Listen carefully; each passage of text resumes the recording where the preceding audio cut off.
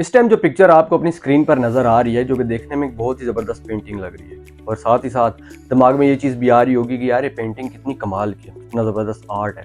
लेकिन दोस्तों ऐसा नहीं है। फैक्ट ये है कि ये पेंटिंग नहीं बल्कि रियल लाइफ प्लेस है जो कि मौजूद है आइसलैंड में, जिसके स्टार्ट में ग्रीनरी यानी कि सब्जा है, उसके बीच में एक काली मिट्टी है, उसके बाद एक येलो रिवर गुजर रहा है इसके बीच में से, उसके साथ फिर काली रेत है और फिर खुला समंदर है, जो कि देखने में इंसान को हैरत में मुब्तला कर देता है। Come to amazing random fact एक ऐसी जबरदस्त सीरीज जिसको देखने के बाद आप भी कहेंगे नहीं, मैं नहीं मानता। मेरा नाम है मोहम्मद उमैर और आप देख रहे हैं मैटिंग।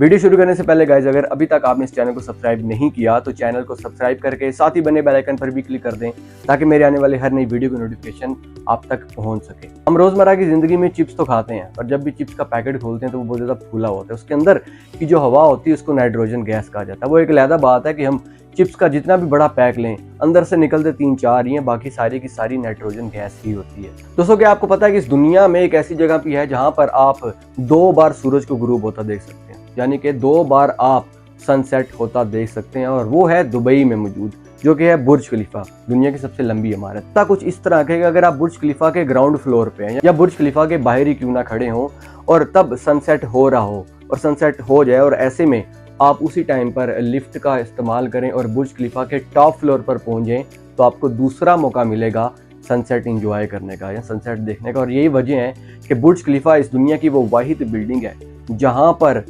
रोजा अफ्तार करने के भी 2 मुख्तलिफ टाइम होते हैं। दोस्तों सोशल मीडिया अपने आप में एक बहुत बड़ा ड्रग्स है। इसकी जो एप्लीकेशंस हैं उनमें इंसान इस तरीके से घुसा हुआ है जिस तरीके से कोई भी इंसान किसी नशे के अंदर घुसता है।